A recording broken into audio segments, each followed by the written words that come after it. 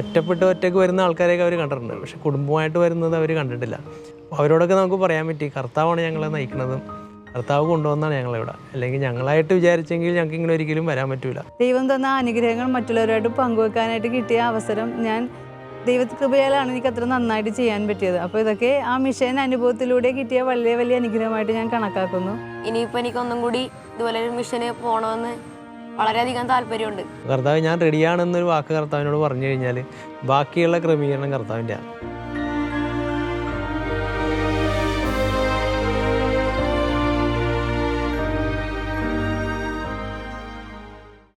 Warriors of faith എന്ന പ്രോഗ്രാമിലേക്ക് എല്ലാ പ്രേക്ഷകർക്കും സ്നേഹപൂർവ്വം സ്വാഗതം. സ്വന്തം ജീവിതത്തിൽ അനുഭവിച്ചറിഞ്ഞ രക്ഷകനായ ഈശോയുടെ സുവിശേഷം മറ്റുള്ളവരുമായിട്ട് പങ്കുവയ്ക്കുവാനുള്ള വലിയ തീക്ഷ്ണതയോടെ രാജ്യത്തിൻ്റെ നാനാഭാഗങ്ങളിലും ലോകത്തിൻ്റെ പല ഭാഗങ്ങളിലേക്കും യാത്ര ചെയ്യുന്ന ധാരാളം കുടുംബങ്ങളെ പരിചയപ്പെടുത്തുന്ന ഒരു പ്രോഗ്രാമാണ് വാരിയേഴ്സ് ഓഫ് ഫെയ്ത്ത്. ഇന്ന് നമ്മോടൊപ്പമുള്ളത് എറണാകുളത്തിനടുത്ത് അരൂരിലുള്ള ബോബനും റോസിലിയുമാണ്. അവരുടെ കുടുംബമാണ്. അവരുടെ മിഷൻ അനുഭവങ്ങളെക്കുറിച്ച് നമുക്ക് ഇന്ന് കേട്ടറിയാം. ഒരുപാട് സ്നേഹത്തോടെ നമുക്ക് അവരെ വെൽക്കം ചെയ്യാം. എങ്ങനെയാണ് ആദ്യം എനിക്ക് തോന്നുന്നു ബോബൻ ചേട്ടനും റോസ്ലി ചേച്ചിയും ഒന്ന് പരിചയപ്പെടുത്തി, എന്ത് ചെയ്യുന്നു, എത്ര മക്കളാണ്, ആ വിശേഷങ്ങളൊക്കെ ഒന്ന് പറഞ്ഞു തുടങ്ങും. ഞാനൊരു ഷിപ്പിംഗ് കമ്പനിയിൽ വർക്ക് ചെയ്യുന്നു. ഒരു ലോജിസ്റ്റിക്സ് ആണ് എൻ്റെ ഫീൽഡ്. അതിൻ്റെ ഡയറക്ടറാണ്. ഇപ്പോൾ ഒരു 15 years ആയിട്ട് ഞാൻ കമ്പനിയിൽ വർക്ക് ചെയ്യുന്നു. മക്കൾ 5 പേരുണ്ട്. ഭാര്യ റോസ്ലി, മൂത്താൾ 10th കഴിഞ്ഞ് എക്സാം കഴിഞ്ഞ് നിൽക്കുന്നു. രണ്ടാമത്തെ ആൾ 8th, മൂന്നാമത്തെ ആൾ 4th സ്റ്റാൻഡേർഡിൽ, നാലാമത്തെ ആൾ UKG, പിന്നെ ലാസ്റ്റ് ആൾ ഇപ്പോൾ കിൻഡർ ഗാർഡനിൽ പോകാൻ പോകുന്നു. ഒരു സ്കൂളിലേക്ക് പോവുകയാണെങ്കിൽ അവിടുത്തെ ഏറ്റവും ആദ്യത്തെ ക്ലാസ് മുതൽ ഏറ്റവും അവസാനത്തെ ക്ലാസ് വരെ ഉള്ളവർ നമ്മുടെ ഫാമിലിയിൽ നിന്നുണ്ട്. 5 പേരും ആൺകുട്ടികളുമാണ്. അതൊരു സവിശേഷതയാണ് അല്ലേ? റോസ്ലി ചേച്ചി എന്ത് ചെയ്യുന്നു? CA ഫീൽഡിലായിരുന്നു. ഇപ്പോൾ 3 കുട്ടികളായിക്കഴിഞ്ഞപ്പോൾ ഞാൻ തൽക്കാലം ജോലി, മക്കളുടെ പഠനവും അല്ലെങ്കിൽ അവരെ നോക്കാൻ വേണ്ടി ഞാൻ തൽക്കാലം നിർത്തിവെച്ചിരിക്കുകയാണ്. തുടർന്ന് പോകണം എന്ന ആഗ്രഹമുണ്ട്. ഓക്കെ. സാഹചര്യം ഒരുങ്ങുന്നതിനനുസരിച്ച് തീരുമാനമെടുക്കും. ഈ ഒരു മിഷനിലേക്ക് പോകാനുള്ള ഒരു ആദ്യം നമ്മുടെ ഉള്ളിൽ വലിയൊരു താല്പര്യം വരുമല്ലോ, അതിനുശേഷമാണ് നമ്മൾ തീരുമാനത്തിലേക്ക് എത്തുന്നത്. അപ്പോൾ ഈ ഒരു താല്പര്യം, നമുക്ക് പോകണം എന്നുള്ളൊരു താല്പര്യം ആദ്യം ആരുടെയെങ്കിലും ഒരാളുടെ മനസ്സിൽ വന്നതാണോ, അതോ രണ്ടുപേരും ഒരുമിച്ച് എടുത്ത തീരുമാനമാണോ? ഞങ്ങളൊരു ജീസൂത്ത് ഫാമിലിയാണ്. അപ്പോൾ ജീസൂത്തിൻ്റെ പല പ്രോഗ്രാമുകളിലും ഫോർമേഷനിലൊക്കെ പോകുമ്പോഴേക്കും മിഷനെക്കുറിച്ചുള്ള കാര്യങ്ങളൊക്കെ കേൾക്കുമ്പോൾ അതിൽ നിന്നാണ് ഞങ്ങൾക്ക് അങ്ങനെ ഒരു താല്പര്യം ഉണ്ടായത്. അപ്പോൾ അങ്ങനെ ഇരിക്കുമ്പോൾ നമ്മൾ റാണിമേരിയുടെ ഒരു സിനിമ കാണാനുണ്ടായി. ഫാമിലി കുട്ടികളെല്ലാവരുമായിട്ട് പോയി കണ്ടു. ഫേസ് ഓഫ് ദ ഫേസ്ലെസ് കണ്ടു. അപ്പോൾ അത് അവർക്കും ഭയങ്കര ഇൻസ്പയറിംഗ് ആയിരുന്നു. അപ്പോൾ മിഷനിലെ കാര്യങ്ങൾ ഇങ്ങനെ ആയിരിക്കുമെന്ന് കുട്ടികൾക്കൊരു അഡ്വാൻസ് ആയിട്ട് നമുക്ക് കുറച്ച് കാര്യങ്ങൾ പറയാൻ പറ്റി. അപ്പോൾ അത് വെച്ചിട്ട് നമ്മൾ അവർക്കുള്ള ഒരു ബേസിക് ഇൻഫർമേഷൻ അത് കൊടുക്കാൻ പറ്റി ആ സിനിമയിൽ നിന്ന്. അപ്പോൾ അതിൽ നിന്ന് പിന്നെ അത് കഴിഞ്ഞുള്ള ഈ ഓരോ ഫോർമേഷൻ ഇതിനു വേണ്ടി പ്രിപ്പയർ ചെയ്തപ്പോഴേക്കും ഞങ്ങൾക്ക് മനസ്സിലായി ഒരു മിഷൻ നമ്മൾ എന്തായാലും ചെയ്യണം. ഈശോയെ അറിയാത്ത സ്ഥലങ്ങളിൽ നമുക്ക് ഈശോനെ കൊടുക്കണമെന്നുള്ളൊരു തീ ഉള്ളിൽ കയറി വന്നു. അപ്പോൾ അങ്ങനെ പോകാം എന്ന് പറഞ്ഞപ്പോൾ പ്രത്യേകിച്ച് കുട്ടികൾ ഈ ഒരു സിനിമ കണ്ടിട്ടാണ് ഇരിക്കുന്നത്. അപ്പോൾ അതിലെ രംഗങ്ങളും സിസ്റ്റർ നേരിടുന്ന എതിർപ്പുകളും ഒക്കെ തന്നെ കാണുന്നുണ്ട്. എന്നിട്ടും നമുക്ക് പോകാം എന്നുള്ളൊരു തീരുമാനം എടുക്കാനുള്ളൊരു ധൈര്യം അത് എന്തായിരുന്നു? പ്രത്യേകിച്ച് കുട്ടികളൊക്കെ അവർ പേടിച്ചിരുന്നോ, അല്ലെങ്കിൽ എങ്ങനെയാണ് ആ ഒരു തീരുമാനത്തിലേക്ക് വന്നത്? ഇതിൻ്റെ ആഗ്രഹം എൻ്റെ ഉള്ളിലുണ്ട്. ഇങ്ങനെ ഓരോ മിഷൻ്റെ കാര്യങ്ങളൊക്കെ കാണുകയും കേൾക്കുകയും ചെയ്യുമ്പോഴേക്കും മിഷന് പോകണമെന്ന് അധികം ആഗ്രഹമുണ്ട്. പക്ഷേ ഞാൻ പോകണോ, അല്ല ഞങ്ങൾ പോകുന്നത് ശരിയാകുമോ, അല്ലെ ഞാൻ അതിന് പറ്റിയ ആളാണോ എന്നൊക്കെ എനിക്ക് ഉള്ളിലൊരു കൺഫ്യൂഷൻ ഉണ്ടായിരുന്നു. അപ്പോൾ ഇതിൻ്റെ ആ ഒരു ഫൈനൽ എൻ്റെ പേര് കൊടുക്കുന്ന സമയമാകുമ്പോഴേക്കും എനിക്ക് തീരുമാനം എടുക്കാനൊരു കൺഫ്യൂഷൻ വന്നു. ഞാൻ ബൈബിളെടുത്ത് പ്രാർത്ഥിച്ചു. അപ്പോൾ എനിക്ക് ലൂക്കായുടെ സുവിശേഷത്തിലൊരു ഭാഗമാണ് കിട്ടിയത്. കർത്താവ് ശിഷ്യന്മാരെ തിരഞ്ഞെടുത്തിട്ട് പോകാൻ പറയുന്ന ഒരു വചനഭാഗമാണ് എനിക്ക് കിട്ടിയത്. അപ്പോൾ എനിക്ക് അതിൽ നിന്ന് ഭയങ്കര ഒരു ബോധ്യം കിട്ടുകയാണ്. കർത്താവ് അറിഞ്ഞിട്ട് തന്നെയാണ് ഇത് നടക്കുന്നത്, കർത്താവിൻ്റെ പദ്ധതിയാണെന്ന് മനസ്സിലാകുകയും അങ്ങനെ റോസ്ലിനോട് ഞാനത് പറഞ്ഞു. നമുക്ക് ഇങ്ങനെ ഒരു പ്രാർത്ഥിച്ചപ്പോൾ കർത്താവ് ഇങ്ങനെ പറഞ്ഞു. അപ്പോൾ റോസ്ലിക്കും അത് ഇഷ്ടപ്പെട്ടു. അങ്ങനെ സന്തോഷത്തോടെ അത് സ്വീകരിച്ചു. അപ്പോൾ മക്കളോടും പറഞ്ഞു, മക്കളും ഓക്കെ പറഞ്ഞു. അപ്പോൾ എനിക്ക് കുറച്ചും കൂടി ഒരു ധൈര്യമായി. അപ്പോൾ ഓക്കെ, എല്ലാവരും കൂടി ഉള്ളൊരു തീരുമാനമാകുമ്പോഴേക്കും പിന്നെ എനിക്ക് അത്രയും ടെൻഷൻ എടുക്കേണ്ട ആവശ്യമില്ല. അപ്പോൾ അങ്ങനെ ഒരു തീരുമാനം എടുത്തു. ഇനി എന്ത് പ്രശ്നം വന്നാലും എല്ലാവരും ഒരുമിച്ച് നിൽക്കും, കാരണം കൂട്ടായിട്ട് എടുത്തിട്ടുള്ളൊരു തീരുമാനമാണ്.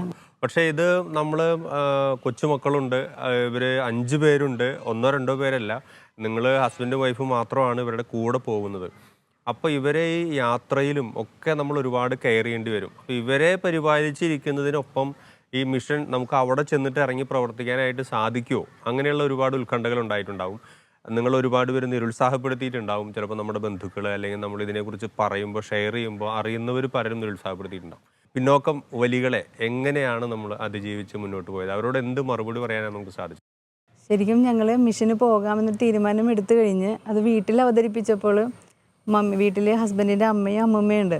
അപ്പോൾ കുട്ടികളുടെ കാര്യത്തിൽ ഓവർ കെയറാണ് അവർക്ക്. അപ്പോൾ അതുകൊണ്ട് തന്നെ ഈ ചെറിയ ആൾക്ക് 1.5 വയസ്സേ ആയിട്ടുള്ളൂ. അപ്പോൾ പോകുന്ന കാര്യം പറഞ്ഞപ്പോൾ വേണ്ടെന്ന് പറഞ്ഞില്ലെങ്കിലും ഞങ്ങൾക്ക് അവരുടെ മുഖത്ത് നിന്ന് മനസ്സിലായി ഇഷ്ടമില്ല എന്നുള്ളത്. പക്ഷെ ഞങ്ങൾ ദൈവത്തിന് സമർപ്പിച്ചു. എന്തായാലും പോകാൻ തീരുമാനിച്ചുകൊണ്ട് ഞങ്ങൾ മുന്നോട്ട് പോകാൻ തന്നെ തീരുമാനിച്ചു. അപ്പോൾ അവർ കസിൻസിനെ കൊണ്ടൊക്കെ എങ്ങനെ നമ്മളെ പിന്മാറ്റാനുള്ള രീതിയിലൊക്കെ സംസാരിപ്പിച്ച് നോക്കി. അതെ അതെ, കാരണം ഇത്രയും കുട്ടികളായിട്ട് പോകുമ്പോൾ, കാരണം ഞങ്ങളുടെ കസിൻസ് 1-2 പേര് ദീർഘദൂര യാത്ര മക്കളായിട്ടൊക്കെ ചെയ്തിട്ടുണ്ട്. അപ്പോൾ അവർ പറഞ്ഞത് അങ്ങോട്ടുള്ള യാത്രയൊക്കെ നോർത്തിലോട്ടൊക്കെ പോകുമ്പോൾ വളരെ ശ്രദ്ധയുണ്ടാവണം, കുട്ടികളായിട്ടൊക്കെ ഇത്രയും പേരായിട്ടൊക്കെ പോകണേലേ, അവരാണെങ്കിൽ ഉറങ്ങാതെയൊക്കെ ഇരിക്കും. അങ്ങനെയൊക്കെ പറഞ്ഞപ്പോൾ എനിക്ക് ഭയങ്കര ടെൻഷൻ ഉണ്ടായിരുന്നു. പക്ഷെ എന്നാലും കർത്താവ് കൂടെയുണ്ട് എന്നുള്ളൊരു ഉറപ്പുള്ളത് കൊണ്ടാണല്ലോ നമ്മൾ പോകുന്നത്. അതുകൊണ്ട് അതൊന്നും വലിയ പ്രശ്നമായിട്ട് ഞാൻ കണക്കാക്കിയില്ല. എന്നാലും എൻ്റെ ഉള്ളിൻ്റെ ഉള്ളിൽ ആ ഒരു ചെറിയൊരു പേടി ഉണ്ടായിരുന്നു. അത് ശരിക്കും പറഞ്ഞാൽ ആവശ്യമില്ലാത്തതായിരുന്നു. കാര്യം ഒരു കുഴപ്പമുണ്ടായിരുന്നില്ല യാത്രയിൽ. കാരണം ഇടയ്ക്ക് ഞാൻ ഉറങ്ങാതെയൊക്കെ ഇരുന്നിട്ടുണ്ട്. അത് എനിക്ക് മാത്രം ശാരീരിക ബുദ്ധിമുട്ടുകൾ ഉണ്ടാക്കിയെന്നല്ലാതെ മക്കൾക്ക് യാതൊരു കുഴപ്പമുണ്ടായില്ല അവരെത്തുന്നവരെ. അതുപോലെ തന്നെ ഞങ്ങളിപ്പോൾ ട്രെയിൻ ടിക്കറ്റ് ബുക്ക് ചെയ്യാനായിട്ട്, കാര്യം ചെയ്യാനുള്ള സമയമാകുമ്പോഴേ നമുക്ക് ചെയ്യാൻ പറ്റുള്ളൂ. അപ്പോഴത്തേക്കും തന്നെ ഏകദേശം കുറച്ച് ബുക്കിംഗ് ആയിട്ടുണ്ടായിരുന്നു. എന്നാലും ദൈവമെല്ലാം സഹായിക്കും എന്നുള്ള രീതിയിൽ ചേട്ടൻ അങ്ങോട്ട് ബുക്ക് ചെയ്തു, ഹസ്ബൻഡ് ബുക്ക് ചെയ്തു. പക്ഷേ തൊട്ടടുത്തടുത്തടുത്ത് എല്ലാം കിട്ടി, സീറ്റുകളെല്ലാം അടുത്തടുത്ത് തന്നെയായിരുന്നു. പക്ഷേ മക്കളെ കൊണ്ട് ട്രെയിനിലാണെങ്കിൽ യാതൊരു ബുദ്ധിമുട്ടും ഉണ്ടായില്ല. അവർ ചെറിയ ആൾ പോലും ആ ഞങ്ങളുടെ അടുത്തുനിന്ന് മാറുകയോ അല്ലെങ്കിൽ അവർക്ക് ആവശ്യമില്ലാത്ത രീതിയിലുള്ള അസ്വസ്ഥതകളൊന്നും ഉണ്ടായില്ല. അതെല്ലാം ദൈവത്തിൻ്റെ പരിപാലനയായിട്ടാണ് കണക്കാക്കുന്നത്. അതായത് സാധാരണ സ്ലീപ്പർ ക്ലാസ് ബുക്ക് ചെയ്തിട്ട്? അതെ അതെ അതെ.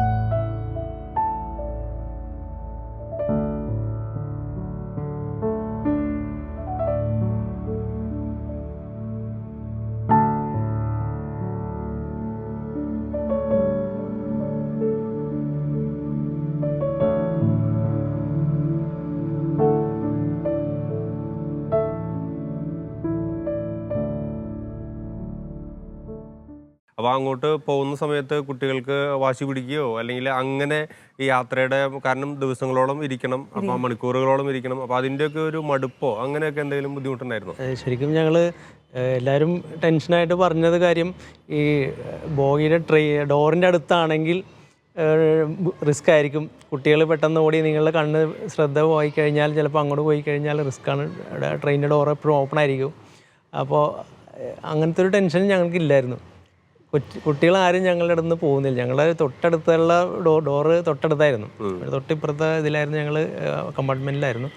അപ്പോൾ ശരിക്കും പറഞ്ഞാൽ ടെൻഷൻ അടിക്കേണ്ടതാണ്. കാരണം കുട്ടികൾ ഞങ്ങളുടെ അടുത്ത് നിന്ന് ഒരു കാരണവശാലും ഒരിടത്തേക്കും പോകാണ്ട് ഞങ്ങളുടെ കൂടെ തന്നെ ഇരിക്കുകയും, അന്ന് അത് കഴിഞ്ഞ് രാത്രി ആയി കഴിയുമ്പോഴേക്കും ഫുൾ പാക്കാവും ട്രെയിൻ. ടിക്കറ്റ് എടുക്കാതെ യാത്ര ചെയ്യുന്ന ആളുകൾ ഫുള്ള് നോർത്തിലേക്ക് ഫുള്ള് കയറി വരുമ്പോഴേക്കും അസ്വസ്ഥപ്പെടും. ഞങ്ങൾക്ക് ആകെ ടെൻഷനായി, എന്താകും എങ്ങനെയാകും എന്നുള്ള, എന്ത് ടൈപ്പ് ആൾക്കാരാണ് വരുന്നതെന്ന് അറിയാണ്ട് കണ്ണു തുറന്ന് നോക്കുമ്പോൾ 2 പേര് ഇപ്പുറത്ത് കിടപ്പുണ്ടാവും, താഴെ മുകളിലൊക്കെ ആയിട്ട് കുട്ടികൾ ഓരോ ലെയറിലും ഓരോ കുട്ടികൾ കിടക്കുകയാണല്ലോ. അപ്പോൾ പക്ഷേ ഒരു കുഴപ്പമില്ലായിരുന്നു, എല്ലാം മനോഹരമായിട്ട് കർത്താവ് ക്രമീകരിച്ചു. കാരണം പോകുന്ന സമയത്ത് ഭയങ്കര ചൂടുണ്ട്, അതേയും പിറ്റേ ദിവസം തണുപ്പായിരിക്കും, ഓരോ ക്ലൈമറ്റിലൂടെ കടന്നു പോയിക്കൊണ്ടിരുന്നത്. പക്ഷേ ഒന്നും കുഴപ്പങ്ങളില്ലായിരുന്നു, കർത്താവ് മനോഹരമായിട്ട് അത് ക്രമീകരിച്ചു. ഈ യാത്രയൊക്കെ കഴിഞ്ഞ് നമ്മൾ അവിടെ എത്തിയപ്പോൾ അവിടുത്തെ ഒരു സാഹചര്യം എങ്ങനെയായിരുന്നു? പ്രത്യേകിച്ചും നോർത്തിലേക്ക് ആകുമ്പോൾ നമുക്ക് പല ക്ലൈമറ്റ് ആയിരിക്കും, ചിലപ്പോൾ ഭയങ്കര കൊടും തണുപ്പായിരിക്കും, പൊടിയുടെ ശല്യമുള്ള സ്ഥലങ്ങളുണ്ട്. അപ്പോൾ അവിടെയൊക്കെ എങ്ങനെയാണ്, അവിടുത്തെ സാഹചര്യം എങ്ങനെയായിരുന്നു? കുട്ടികളുമായിട്ട് അവിടെ നമുക്ക് പ്രവർത്തിക്കാനൊക്കെ എങ്ങനെ ദൈവത്തിൻ്റെ ഒരു പരിപാലന സഹായിച്ചിട്ടുണ്ടാവും? ഞങ്ങൾക്ക് ഒരു ടീമിൽ നിന്നൊരു സപ്പോർട്ട് ചെയ്യാനായിട്ട് ഓരോ സ്ഥലത്തും ഒരാൾ നമുക്ക് ഗൈഡ് തരാനായിട്ട് ഒരാളുണ്ടായിരുന്നു. അങ്ങനെ എല്ലാ ടീമിനും ഉണ്ടായിരുന്നു. പക്ഷേ ഞങ്ങൾക്ക് എന്തോ ആ സമയത്ത് ആ ഗൈഡ് ആയിട്ട് വരേണ്ട ആൾ ട്രാൻസ്ഫറായി പോയി അവിടെ നിന്ന്. അപ്പോൾ ഞങ്ങൾക്ക് ലോക്കൽ ഒരു സപ്പോർട്ട് ഇല്ലായിരുന്നു.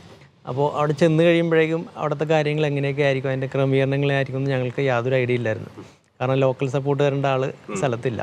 കർത്താവിൻ്റെ വലിയൊരു അനുഗ്രഹം എന്ന് പറഞ്ഞ പോലെ ഒരു പരിപാലനം ഞങ്ങൾ അനുഭവിച്ചത് അങ്ങനെയായിരുന്നു. കാരണം എല്ലാ കാര്യങ്ങളും കർത്താവ് ഞങ്ങൾക്ക് വേണ്ട കാര്യങ്ങൾ കൃത്യമായിട്ട് ക്രമീകരിച്ച് തന്നു. ഞങ്ങൾ ശരിക്കും അനുഭവിക്കേണ്ടത്.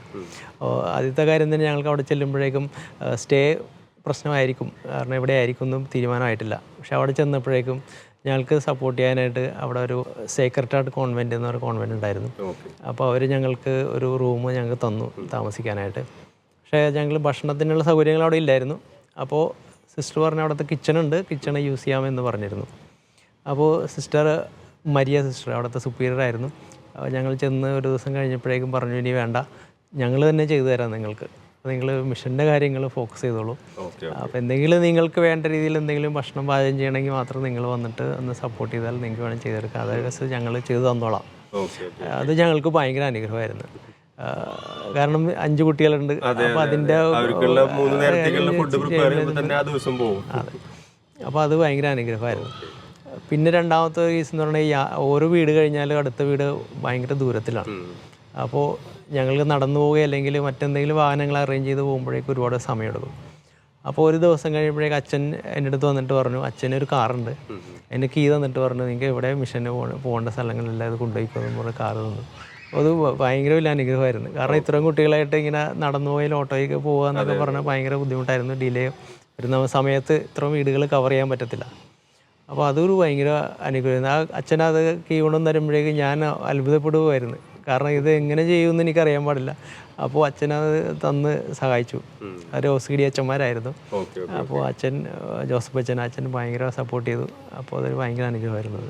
നമ്മൾ ഈശോയുടെ സുവിശേഷത്തിന് വേണ്ടിയിട്ട് ഒരു സ്റ്റെപ്പ് എടുക്കുമ്പോൾ ദൈവം 10 സ്റ്റെപ്പ് എടുത്ത് നമ്മുടെ കൂടെ നിൽക്കുന്ന അനുഭവമാണ് ശരിക്കും പറയാനുള്ളത്.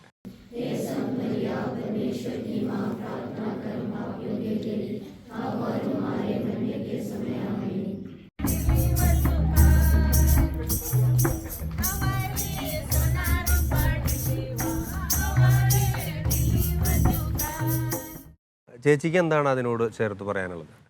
ഞങ്ങൾ അവിടെ ചെന്നപ്പോൾ അവിടെയുള്ള ആളുകളെന്ന് വെച്ചിട്ടുണ്ടെങ്കിൽ ജോലിക്ക് പോകുന്നവരാണ്. അപ്പോൾ പകൽ സമയങ്ങളിൽ അവർ അവൈലബിൾ ആയിരിക്കില്ല. അപ്പോൾ വൈകുന്നേരങ്ങളിലാണ് ഹൗസ് വിസിറ്റ്. അപ്പോൾ അതുകൊണ്ട് തന്നെ ഒന്നോ രണ്ടോ വീടുകളിലൊക്കെ പോകാനേ പറ്റുള്ളൂ, കാര്യം ദൂരമുള്ളത് കൊണ്ട്. എന്നാൽ പോലും അവിടെ ചെല്ലുമ്പോൾ അവർക്ക് ഭയങ്കര വെൽക്കമിങ് ആണ്. പിന്നെ വളരെ സാധാരണക്കാരായ ജനങ്ങളാണ്. അപ്പോൾ അവർക്ക് വളരെ ബുദ്ധിമുട്ടുകളൊക്കെ തോന്നിയിട്ടുണ്ടായിരുന്നു. കാരണം അവരുടെ വീട്ടിലിട്ട് ഞങ്ങളെ സ്വാഗതം ചെയ്യുമ്പോൾ ചിലപ്പോൾ ഒറ്റമുറി വീടുകളൊക്കെ ആയിരിക്കും. പക്ഷെ ഞങ്ങൾക്ക് അങ്ങനെ ഒരു ബുദ്ധിമുട്ട് തോന്നിയില്ല. അപ്പോൾ ഞങ്ങളുടേതായ ആ സമീപനം അവരെ വളരെയധികം ആകർഷിച്ചെന്ന് തോന്നുന്നു. കാര്യം അവർ നമ്മളോട് കൂടുതലായിട്ട് ഓപ്പൺ ആവാനും അവരുടെ വിഷമങ്ങളൊക്കെ നമ്മളോട് പങ്കുവയ്ക്കാനൊക്കെ മിക്ക വീടുകളിലും ചെന്നപ്പോൾ അങ്ങനെയുള്ള അനുഭവങ്ങൾ ഉണ്ടായിട്ടുണ്ടായിരുന്നു. അതുപോലെ ഇവിടെ നമ്മൾ അവർ തരുന്ന എന്താണെങ്കിൽ ഭക്ഷണങ്ങളാണെങ്കിലും ഇപ്പോൾ ചിലതൊക്കെ നമ്മുടെ ടേസ്റ്റുമായിട്ട് വളരെ ഡിഫറെൻ്റ് ആയിരിക്കും. എന്നാൽ പോലും മക്കളാണെങ്കിലും അതൊക്കെ ഭക്ഷണമൊക്കെ കുഴപ്പമില്ലാതെ കഴിച്ചു എന്നുള്ളതാണ്. വീട്ടിലാണെങ്കിൽ അങ്ങനെയൊന്നും അല്ലായിരുന്നു. അതെ, അവർ ഓരോരുത്തർക്കും ഓരോ രീതിയിലുള്ള ഭക്ഷണങ്ങളൊക്കെ ആയിരിക്കും ഇഷ്ടം. പക്ഷെ അവിടെ അവർ തന്ന ഏത് ഭക്ഷണമാണെങ്കിൽ പോലും മക്കൾ എല്ലാവരും അതെ ഒരു കുഴപ്പമില്ലാതെ. അപ്പോൾ അതൊക്കെ അവർക്കും വളരെയധികം ഭയങ്കര സന്തോഷം ഉണ്ടാക്കിയ കാര്യമായിരുന്നു. പിന്നീട് അടുത്ത സൺഡേസ് പള്ളിയിൽ വെച്ച് കാണുമ്പോൾ വളരെ നമ്മുടെ ബന്ധുക്കളെ പോലെ അവർ ഓടി വന്ന് സംസാരിക്കുകയും അവരോടൊക്കെ നല്ലൊരു റിലേഷൻ ഉണ്ടാക്കാൻ സാധിച്ചു. അതുപോലെ യൂത്തുമായിട്ടാണെങ്കിലും അവിടെ ഒരു ചെറുതായിട്ട് ജീസസ് യൂത്തിൻ്റെ ഒരു ചെറിയൊരു യൂത്തിൻ്റെതായ ഒരു ഇത് സ്റ്റാർട്ട് ചെയ്യാൻ പറ്റി. അപ്പോൾ പിന്നീട് അടുത്ത സ്റ്റേഷനിലോട്ട് ഞങ്ങൾ അടുത്ത സൺഡേസിൽ പോകുമ്പോൾ ഇവിടെയുള്ള യൂത്തും കൂടി ഞങ്ങളുടെ കൂടെ വരുമായിരുന്നു. അപ്പോൾ അങ്ങനെ അവർക്കും വളരെയധികം എന്താ പറയുക ഇൻസ്പയറായി. ഞങ്ങളുടെ ഇപ്പോൾ ചേട്ടൻ ചെറുതായിട്ടൊക്കെ ജീവിത അനുഭവങ്ങളെ പറ്റിയൊക്കെ പറഞ്ഞായിരുന്നു. അപ്പോൾ അതൊക്കെ അവർക്ക് വളരെയധികം ടച്ചിങ് ആയി. അപ്പോൾ ഈശോ നമ്മുടെ ജീവിതത്തിൽ നടത്തുന്ന അത്ഭുതങ്ങൾ ഞങ്ങളുടെ ജീവിതത്തിലൂടെ അത് മനസ്സിലാക്കി കഴിഞ്ഞപ്പോൾ അവർക്കും കൂടുതലായിട്ട് പള്ളിയോടാണെങ്കിലും അടുക്കണം എന്നുള്ളൊരിത് വന്നു. അപ്പോൾ പിന്നീട് കൂടുതൽ യൂത്തിനായിട്ട് ഞങ്ങൾക്ക് ഓരോ സൺഡേസ് കഴിയുമ്പോഴും പരിചയപ്പെടാനായിട്ട് സാധിച്ചു എന്നുള്ളതാണ്.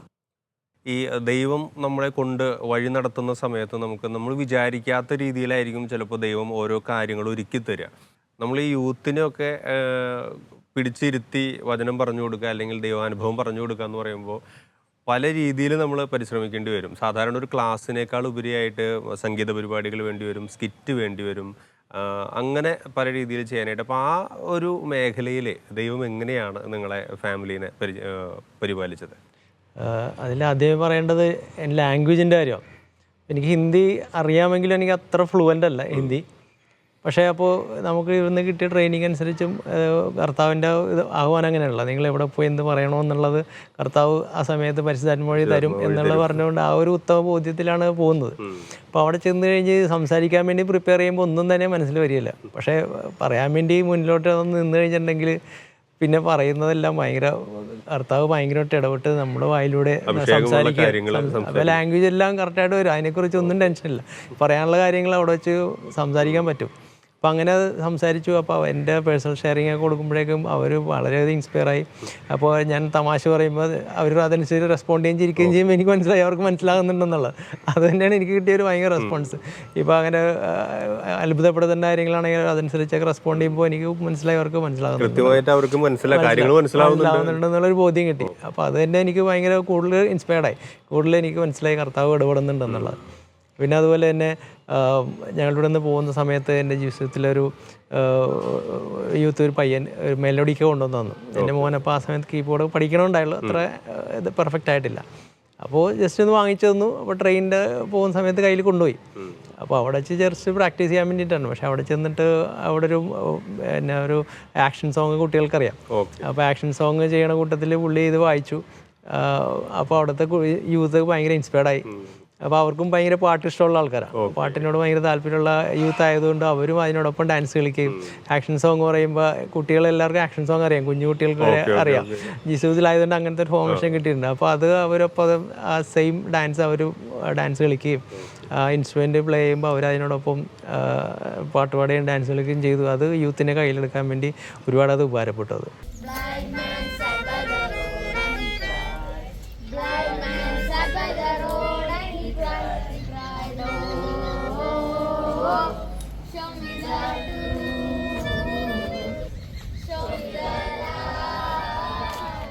ശരിക്കും നിങ്ങളെ ഇങ്ങനെ അവിടെ ചെന്ന സമയത്ത് ദൈവം കൈവെള്ളയിൽ പരിപാലിച്ചു കൊണ്ട് നടക്കുന്നത് പോലെ മുന്നോട്ട് പോകുമ്പോൾ ആ ഒരു അനുഭവങ്ങൾ നിങ്ങൾ കണ്ടുമുട്ടുന്ന വ്യക്തികൾക്കും ശരിക്കും ഒരുപാട് ഒരു ഇൻസ്പയറിംഗ് ആയിട്ടുണ്ടാവും. ദൈവത്തിൻ്റെ ഒരു പരിപാലനയെക്കുറിച്ചുള്ള ഒരു തിരിച്ചറിവ് കിട്ടിയിട്ടുണ്ടാവും അല്ലേ? അങ്ങനെയൊക്കെയുള്ള അനുഭവങ്ങൾ ഉണ്ടായിട്ടുണ്ട്.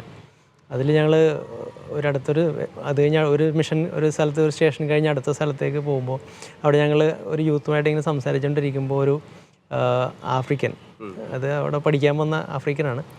അപ്പോൾ ഞാൻ യൂത്തിനായിട്ട് ഇങ്ങനെ നിൽക്കണ കണ്ടപ്പോഴേക്കും അദ്ദേഹം ഇങ്ങനെ വന്നു സംസാരിച്ചു. അപ്പോഴേക്കും ആൾക്ക് ഇംഗ്ലീഷ് നന്നായിട്ട് അറിയാം. അപ്പോൾ കമ്മ്യൂണിക്കേറ്റ് ചെയ്യാൻ പറ്റി. അപ്പോൾ ഞാൻ യൂത്തിന് വേണ്ടിയിട്ട് ഇങ്ങനെ മിഷൻ ചെയ്യുന്നതാണെന്ന് പറഞ്ഞപ്പോഴേക്കും ആൾക്ക് കേൾക്കാൻ ഭയങ്കര ആഗ്രഹം. അങ്ങനെ അദ്ദേഹമായിട്ട് സംസാരിച്ചു. അങ്ങനെ ആ യൂത്തിൻ്റെ അവിടെയുള്ള യൂത്തുമായിട്ട് ഞാൻ കണക്ട് ചെയ്ത് കൊടുത്തു. ആ പയ്യൻ ഇപ്പോഴും എന്നെ വിളിക്കാറുണ്ട്. എപ്പോഴും ഇടയ്ക്ക് ആൾക്ക് വിഷമം തോന്നുമ്പോഴൊക്കെ നാട്ടിൽ നിന്ന് വന്നിട്ട് ഇവിടെ 2 വർഷമായിട്ട് പഠിക്കുക. അപ്പോൾ ഇവിടെ ആരുമായിട്ട് കമ്മ്യൂണിക്കേറ്റ് ചെയ്യാൻ പറ്റുന്നില്ല. അങ്ങനെ ഇരുന്നപ്പോഴേക്കും ആ പുള്ളിക്കാരൻ അമ്മേനായിട്ട് അങ്ങനെ അധികം വിളിക്കുന്നില്ല. അപ്പോൾ ഞാൻ അങ്ങനെ ആൾക്കൊരു ഇൻസ്പിറേഷൻ കൊടുത്ത് അമ്മേനായിട്ട് സംസാരിക്കണം, വിളിക്കണം എന്നൊക്കെ പറഞ്ഞപ്പോഴേക്കും ആൾ അമ്മേനോട് ചെറിയൊരു വഴക്കിട്ട് പോലെ വന്നതൊക്കെ ആയിരുന്നു. അപ്പോൾ അദ്ദേഹത്തിന് പിന്നെ എൻ്റെ ആ ഒരു വിളിയും അങ്ങനെ ഒരു ഇൻസ്പിറേഷൻ കൊടുക്കുന്ന വഴി പുള്ളി അമ്മേനെ എപ്പോഴും വിളിക്കാൻ തുടങ്ങി. അത് കഴിഞ്ഞിട്ട് എന്നോട് പറയും അമ്മേനെ വിളിച്ചു സംസാരിച്ചു എന്നൊക്കെ പറഞ്ഞിട്ട്. അപ്പോൾ അദ്ദേഹം എപ്പോഴും പറയും ഇങ്ങനെ കാണാൻ പറ്റിയത് ഭയങ്കര അനുഗ്രഹമായിരുന്നു. ഞാൻ പറയും ഇതൊക്കെ എല്ലാം കർത്താവിൻ്റെ പദ്ധതിയാണ്, അല്ലെങ്കിൽ അങ്ങനെ ആളവിടെ വരികയും ഞാനവിടെ കാണാനിടയാകേണ്ട സാഹചര്യം ഉണ്ടായിരുന്നില്ല. പക്ഷേ അവിടെ കർത്താവ് ക്രമീകരിച്ചു, അവരെ കണ്ടുമുട്ടാൻ സാധിച്ചു. ശരിക്കും കേൾക്കാൻ ആളില്ലാത്തതിൻ്റെ വലിയൊരു കുറവ് ഈ മിഷൻ യാത്രകളിൽ അനുഭവിക്കുന്നുണ്ടല്ലേ? മറ്റുള്ളവർക്ക് ആ ഒരു ബുദ്ധിമുട്ടുണ്ടെന്നുള്ളത്. തീർച്ചയായിട്ടും.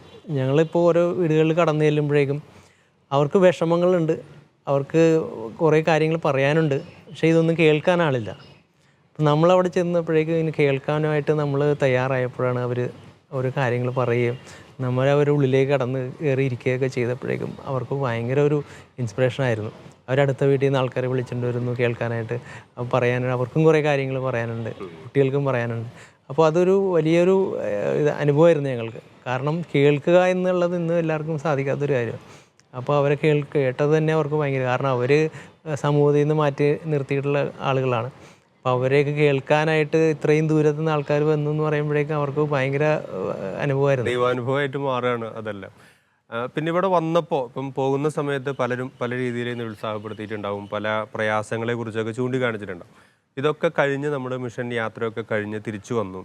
അപ്പോൾ വന്നപ്പോൾ ഇവരുടെ ഒരു നമ്മുടെ പ്രിയപ്പെട്ടവരുടെയൊക്കെ ഒരു പ്രതികരണങ്ങളും ഇതിനെക്കുറിച്ച് പറഞ്ഞ സുഹൃത്തുക്കളുടെയും ബന്ധുക്കളുടെയൊക്കെ ഒരു പ്രതികരണവും ഒക്കെ എങ്ങനെയായിരുന്നു?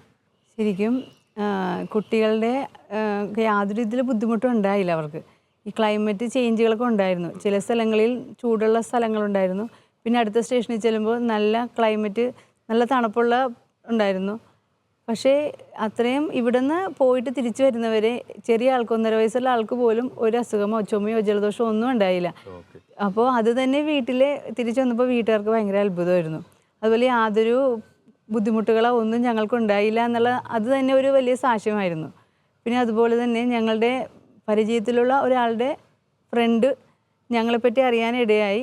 അപ്പോൾ ഞങ്ങൾ 5 കുട്ടികളായിട്ട് മിഷന് പോയ കാര്യങ്ങളൊക്കെ അറിഞ്ഞു കഴിഞ്ഞപ്പോൾ അവർക്കും ഭയങ്കര പോകണമെന്നുള്ളൊരു ആഗ്രഹം വന്ന് ഞങ്ങളെ കോൺടാക്ട് ചെയ്തു. പിന്നീട് ഞങ്ങൾ എപ്പോഴും വിളിക്കുകയും സംസാരിക്കുകയും അവർ ഈ പ്രാവശ്യം ഫാമിലിയായിട്ട് മിഷന് പോയി.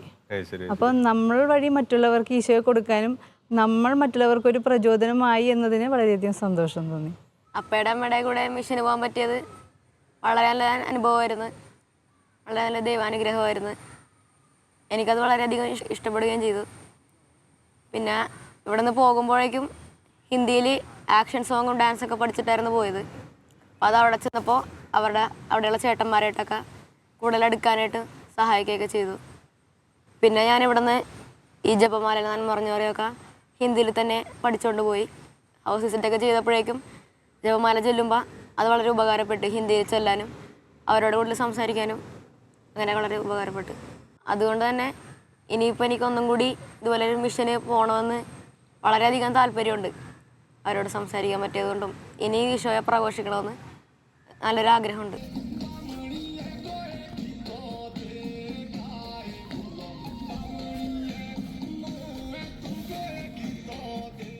ഒപ്പം ഈ ഒരു കുടുംബമായിട്ടുള്ളൊരു സുവിശേഷവൽക്കരണം അല്ലെങ്കിൽ മിഷൻ പ്രവർത്തനം അതിന് ഇന്ന് എത്രത്തോളം പ്രസക്തിയുണ്ട്? പ്രത്യേകിച്ചും ദൈവവിളികൾ കുറഞ്ഞു വരുന്നു. പല മിഷൻ കോൺഗ്രിഗേഷനിലും അവർ തുടങ്ങിയിട്ടുള്ള പല പ്രോജക്റ്റുകളും തന്നെ മുന്നോട്ട് കൊണ്ടുപോകാൻ സാധിക്കാത്ത സാഹചര്യത്തിൽ വൈദികരുടെയും സിസ്റ്റേഴ്സിൻ്റെയും ഒക്കെ തന്നെ എണ്ണം കുറയുന്നൊരു സാഹചര്യമുണ്ട്. അപ്പോൾ ഈ ഒരു സമയത്ത് അവിടെയുള്ള ജനത്തിൻ്റെ ഇടയിലേക്ക് ഇപ്പം വിദ്യാഭ്യാസവും മാതൃസേവനവും ഒക്കെ നമ്മൾ കൊടുക്കണമെങ്കിലും അതിലുപരിയായിട്ട് ഈശോ ഇന്നും ജീവിക്കുന്നുവെന്നും നീ പ്രാർത്ഥിക്കുന്ന നിമിഷം നിൻ്റെ പ്രാർത്ഥന കേട്ട് കൂടെ വരാൻ ഈശോ ഉണ്ട്, നിൻ്റെ രക്ഷകനായിട്ട് ഈശോ ഉണ്ടെന്ന് അവരോടൊന്ന് പറഞ്ഞു കൊടുക്കാൻ ഈ കുടുംബങ്ങൾ ഇറങ്ങിത്തിരിക്കേണ്ടതിൻ്റെ ഒരു ആവശ്യകത എത്രത്തോളം ഉണ്ട്?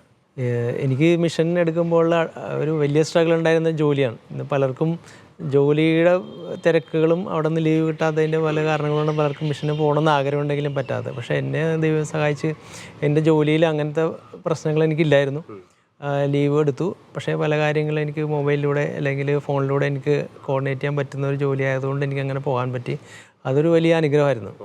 അപ്പോൾ പിന്നെ അതുകൂടാതെ തന്നെ ഫാമിലിയായിട്ട് പോകുമ്പോഴുള്ള ഒരു മിഷൻ്റെ ഒരു അനുഭവം ഭയങ്കര വ്യത്യസ്തമായിരുന്നു. കാരണം ഒറ്റയ്ക്ക് പോകുന്നതിനേക്കാളും വളരെ മനോഹരമായിരുന്നു ഫാമിലിയായിട്ട് ചെയ്യുമ്പോഴേക്കും. പല സ്ഥലങ്ങളിലും വാതിലുകൾ തുറക്കപ്പെടാനായിട്ട് ഇതൊരു വലിയ കാരണമായി. കുടുംബമായിട്ട് ചെല്ലുമ്പോഴേക്കും ഏത് തുറക്കപ്പെടാത്ത വാതിലുകളും നോ പറയുന്ന സ്ഥലങ്ങളിലൊക്കെ എസ് പറയാനും നമുക്ക് പല സ്ഥലത്തും എൻട്രി കിട്ടാനൊക്കെ ഇത് ഭയങ്കരമായിട്ട് ഉപകാരപ്പെട്ടു. അതേപോലെ തന്നെ എൻ്റെ മക്കൾക്കും ഒരു വിശ്വാസ പരിശീലനത്തിന് ഭയങ്കര ഒരു കാരണമായി. കാരണം നമ്മൾ പറഞ്ഞു കൊടുക്കുന്നത് പോലെയല്ല, അനുഭവിച്ച് കണ്ടു മനസ്സിലാക്കുക കാണുകയാണ്. അപ്പം അത് അവരുടെ ഒരു അതിന് ശേഷമുള്ള ജീവിതത്തിൽ ഭയങ്കരമായിട്ട് ഉപകാരപ്പെട്ടു. കാരണം അതിനുശേഷം ആൾ ജീവിതത്തിൽ ടീൻസിൻ്റെയും ഇതിലൊക്കെ ഭയങ്കര ആക്റ്റീവായിട്ട് പോവുകയും പല സ്ഥലങ്ങളിൽ അതിനെക്കുറിച്ച് പറയാനൊക്കെ ഇടയായി. അത് ഒരുപാട് കുടുംബങ്ങൾക്ക് അത് കാണാനും കേൾക്കാനൊക്കെ ഇടയായത് ഭയങ്കര ഒരു ദൈവത്തിൻ്റെ പരിപാലന അനുഗ്രഹമായിരുന്നു അത്. പിന്നെ നമ്മൾ ചെല്ലുന്ന സ്ഥലങ്ങളിലൊക്കെ കുടുംബങ്ങളായിട്ട് ചെല്ലുമ്പോഴേക്കും അവർ വലിയ അത്ഭുതത്തോടെയാണ് കാണുന്നത്. കുടുംബമായിട്ട് വരുന്നത് കൊണ്ട്. കാരണം ഒറ്റയ്ക്ക് വരുന്ന ആൾക്കാരെയൊക്കെ അവർ കണ്ടിട്ടുണ്ട്, പക്ഷെ കുടുംബമായിട്ട് വരുന്നത് അവർ കണ്ടിട്ടില്ല. അപ്പോൾ അത് തന്നെ അവർക്ക് ഭയങ്കര അത്ഭുതവും ഞങ്ങളുടെ അടുത്തേക്ക് വരാനും അത് കേൾക്കാൻ എന്തുകൊണ്ട് നിങ്ങളെങ്ങനെ വന്നു എന്ന് ചോദിക്കണമെന്ന് ആ ചോദ്യങ്ങൾ ഒരുപാട് നമുക്ക് കേൾക്കാനിടയായി. അപ്പോൾ അവരോടൊക്കെ നമുക്ക് പറയാൻ പറ്റി, കർത്താവാണ് ഞങ്ങളെ നയിക്കുന്നതും, കർത്താവ് കൊണ്ടുവന്നാണ് ഞങ്ങളിവിടെ. അല്ലെങ്കിൽ ഞങ്ങളായിട്ട് വിചാരിച്ചെങ്കിൽ ഞങ്ങൾക്ക് ഇങ്ങനെ ഒരിക്കലും വരാൻ പറ്റില്ല. മിഷന് പോയി വന്നിട്ട് എനിക്ക് വ്യക്തിപരമായിട്ട് തന്നെ വളരെയധികം മാറ്റങ്ങളുണ്ടായതായിട്ട് എനിക്ക് തോന്നി. കാരണം മറ്റുള്ളവരോടൊക്കെ സംസാരിക്കാനൊക്കെ പൊതുവെ പുറകിലോട്ടായിരുന്നു ഞാൻ. പക്ഷേ ഇത് കഴിഞ്ഞപ്പോൾ ഞങ്ങൾക്ക് 1-2 സ്ഥലങ്ങളിൽ മിഷന് അനുഭവങ്ങൾ പങ്കുവയ്ക്കാനുണ്ടായിരുന്നു. പ്രത്യേകിച്ച് സെമിനാരിയിൽ പോയി മിഷനെ പറ്റി ക്ലാസ് എടുക്കാനുണ്ടായിരുന്നു. അപ്പോൾ എനിക്കത് വളരെ നന്നായിട്ട് ഹാൻഡിൽ ചെയ്യാൻ പറ്റി. അപ്പോൾ ഇതൊക്കെ ദൈവം എന്നിലൂടെ പ്രവർത്തിച്ചതാണ്. അപ്പം നമ്മൾക്ക് ദൈവം തന്ന അനുഗ്രഹങ്ങൾ മറ്റുള്ളവരുമായിട്ട് പങ്കുവെക്കാനായിട്ട് കിട്ടിയ അവസരം ഞാൻ ദൈവകൃപയാലാണ് എനിക്ക് അത്ര നന്നായിട്ട് ചെയ്യാൻ പറ്റിയത്. അപ്പോൾ ഇതൊക്കെ ആ മിഷൻ അനുഭവത്തിലൂടെ കിട്ടിയ വലിയ വലിയ അനുഗ്രഹമായിട്ട് ഞാൻ കണക്കാക്കുന്നു. പിന്നെ എനിക്കൊരു വ്യക്തിപരമായൊരു അനുഭവം എന്താണെന്ന് വെച്ചാൽ, എനിക്കൊരു ചെറിയൊരു അലർജിയുടെ ഒരു പ്രശ്നമുള്ള ആളാണ്. രാവിലെ എനിക്ക് എല്ലാ ദിവസവും രാവിലെ എഴുന്നേറ്റ് കഴിഞ്ഞാൽ അപ്പോൾ ഭയങ്കര ജലദോഷമായിരിക്കും, പിന്നെ റണ്ണിങ് നോസ് ആയിരിക്കും. ഒരു 10-11 മണി വരെ എനിക്ക് ആ ഒരു കണ്ടിന്യൂസ് ആയിട്ടുണ്ടാവും. ഡെയിലി ഉള്ളതാണ്. അപ്പോൾ അതിന് മാറ്റമൊന്നുമില്ല. പക്ഷേ ഞാൻ പോയ സ്ഥലവും ഭയങ്കര തണുപ്പുള്ള സ്ഥലമായതുകൊണ്ട് എനിക്ക് അങ്ങനെ ഒരു ടെൻഷൻ ഉണ്ടായിരുന്നു, അവിടെ ചെന്നാലും അങ്ങനെ ആയിരിക്കും. അവിടെ ചെന്ന് കുറച്ച് ദിവസങ്ങൾ അങ്ങനെയായിരുന്നു. തിരിച്ച് വന്നു കഴിഞ്ഞ് ഞാൻ കുറച്ച് ദിവസം കഴിഞ്ഞപ്പോഴാണ് ഞാൻ നോട്ടീസ് ചെയ്യുന്നത് എനിക്ക് ഈ ഒരു പ്രശ്നം ഇല്ല. ഇപ്പോൾ ഒരു വർഷത്തിൽ കൂടുതലായി ഇപ്പോൾ ഞാൻ പോയിട്ട് വന്നിട്ട്. ഇപ്പോൾ എനിക്ക് ആ പ്രശ്നം ഇതുവരെ അതിന് ശേഷം ഉണ്ടായിട്ടില്ല. അതൊരു യാത്രയിലൂടെ എനിക്ക് ലഭിച്ചു. അതൊരു ഭയങ്കര അനുഗ്രഹമായിരുന്നു. കാരണം ഞാൻ വിചാരിക്കാത്ത എനിക്കൊരു കർത്താവ് തന്നൊരു വലിയ അനുഗ്രഹമാണ്, സൗഖ്യമാണത്. ഒരു മിഷൻ യാത്രയ്ക്ക് വേണ്ടിയിട്ട് പലതവണ ഒരുങ്ങിയിട്ടും പോകാൻ സാധിക്കാത്ത കുടുംബങ്ങളുണ്ടാകാം, ഒരുങ്ങി പ്രാർത്ഥിച്ചുകൊണ്ടിരിക്കുന്ന കുടുംബങ്ങളുണ്ടാകാം. അപ്പം അങ്ങനെ ഒരു മിഷൻ ദൗത്യത്തിന് വേണ്ടി, മിഷൻ യാത്രയ്ക്ക് വേണ്ടി ഒരുങ്ങുന്ന കുടുംബങ്ങളോട് ഇപ്പോൾ പോയി വന്ന വ്യക്തികൾ എന്നുള്ള നിലയ്ക്ക് നിങ്ങൾക്ക് എന്താണ് പറയാനുള്ളത്? ഞാൻ ഒരിക്കലും മിഷന് പോകുമെന്ന് വിചാരിച്ച ഫാമിലി അല്ല. എൻ്റെ മനസ്സിലെ അല്ലെങ്കിൽ ചിന്തയിലുള്ളൊരു കാര്യമായിരുന്നില്ല. അത് ഒരു പ്രത്യേക സമയത്ത് കർത്താവ് എൻ്റെ മനസ്സിലേക്ക് തന്നൊരു കാര്യമാണ്. അപ്പോൾ ആ ഒരു ചിന്ത വന്നു കഴിഞ്ഞാൽ പിന്നെ കർത്താവിനോട് യെസ് പറയുക എന്നുള്ളതാണ്. കർത്താവ് ഞാൻ റെഡിയാണ് എന്ന് പറഞ്ഞു കഴിഞ്ഞാൽ പിന്നെ കർത്താവ് ബാക്കി ക്രമീകരിച്ച് തന്നോളൂ. ഇതിൽ എൻ്റെ ജോലി അല്ലെങ്കിൽ മറ്റ് കാര്യങ്ങളൊക്കെ എങ്ങനെയാകും എന്ന് ചിന്തിച്ചാൽ ഒരിക്കലും നമുക്ക് പോകാൻ പറ്റത്തില്ല. കർത്താവ് ഞാൻ റെഡിയാണെന്നൊരു വാക്ക് കർത്താവിനോട് പറഞ്ഞു കഴിഞ്ഞാൽ ബാക്കിയുള്ള ക്രമീകരണം കർത്താവിൻ്റെയാണ്. എൻ്റെ അനുഭവത്തിൽ ഞാനിങ്ങനെ മനസ്സിലാകുന്നത്. കാരണം എല്ലാ കാര്യങ്ങളും, ജോലിയുടെ കാര്യങ്ങളാണെങ്കിലും യാത്രയുടെയും എല്ലാ കാര്യങ്ങളും കർത്താവ് കൃത്യമായിട്ട് എനിക്ക് ക്രമീകരിച്ചു തരുന്നു. പോയി തിരിച്ചു വരുന്നവരെ ഞാൻ കർത്താവിൻ്റെ കരങ്ങളിലായിരുന്നു. അത് ഞാൻ ശരിക്കും അനുഭവിച്ചു ഈ യാത്രയിലൂടെ. ഇപ്പം നമ്മൾ പ്രസംഗങ്ങളിലൊക്കെ കേട്ടിട്ടുണ്ട് കർത്താവ് ഇങ്ങനെ നമ്മളെ പരിപാലിക്കുമെന്നൊക്കെ. പക്ഷെ അത് ജീവിതം കൊണ്ടും ആ യാത്ര കൊണ്ട് ഞങ്ങളുടെ കുടുംബം മുഴുവൻ മനസ്സിലാക്കിയായിരുന്നു. അത് കുട്ടികൾക്കും വളരെ ഇൻസ്പയറിംഗ് ആയിരുന്നു. തീർച്ചയായിട്ടും ഇപ്പം രണ്ടുപേരോടും സംസാരിച്ച് നിൽക്കുമ്പോൾ നമുക്ക് ഒരുപാട് കാര്യങ്ങൾ, ഇപ്പം നമ്മുടെ പ്രേക്ഷകർക്ക് ഒത്തിരി കാര്യങ്ങൾ മനസ്സിലാക്കാനായിട്ട് സാധിച്ചിട്ടുണ്ട്. മിഷൻ മേഖലകളിലേക്ക് പോകാൻ ആഗ്രഹിക്കുന്ന കുടുംബങ്ങൾ ഈ ഒരു പ്രോഗ്രാമൊക്കെ കണ്ട്, അല്ലെങ്കിൽ ഇപ്പം ജീസസ് യൂത്തിൻ്റെയും പല ക്രൈസ്തവ സഭാ മുന്നേറ്റങ്ങളുടെയൊക്കെ നേതൃത്വത്തിൽ മിഷൻ മേഖലകളിലേക്ക് പോകാൻ ആഗ്രഹിക്കുന്നവർ ഉള്ളിൻ്റെ ഉള്ളിൽ ആ ഒരു ചിന്ത വരുന്നുണ്ടെങ്കിൽ കൂടുതൽ ആലോചിക്കാൻ നിൽക്കണ്ട, അല്ലേ? അത് ദൈവത്തിൻ്റെ പ്രചോദനമാണ്. ഒരു തീരുമാനമെടുക്കുക, ഒരു സ്റ്റെപ്പ് എടുക്കുക, ബാക്കി കാര്യങ്ങൾ തമ്പുരാൻ ക്രമീകരിച്ചുകൊള്ളും, പരിപാലിച്ചുകൊള്ളും എന്നുള്ള വിശേഷങ്ങളാണ് ബോബൻ ചേട്ടനും അതുപോലെ തന്നെ റോസലി ചേച്ചിക്കും അവരുടെ 5 മക്കൾക്കും ശാലോം പ്രേക്ഷകരോട് പങ്കുവയ്ക്കാനുള്ളത്. ഇതുപോലെ ദൈവത്തിൽ ആശ്രയിച്ച് എല്ലാ അനിശ്ചിതത്വങ്ങളെയും കുറിച്ച് ഉത്കണ്ഠപ്പെടാതെ ദൈവം പരിപാലിക്കുമെന്നുള്ള ഉറപ്പോടെ പുറപ്പെടുന്ന ഒരുപാട് കുടുംബങ്ങളെ നമുക്ക് ഇനിയും പരിചയപ്പെടാം. മറ്റ് എപ്പിസോഡുകൾക്ക് വേണ്ടി കാത്തിരിക്കാം പ്രാർത്ഥനാപൂർവ്വം. ये सब मैया परमेश्वर की माँ, प्रार्थना कर हम के लिए अब और हमारे मरने के समय। आमीन।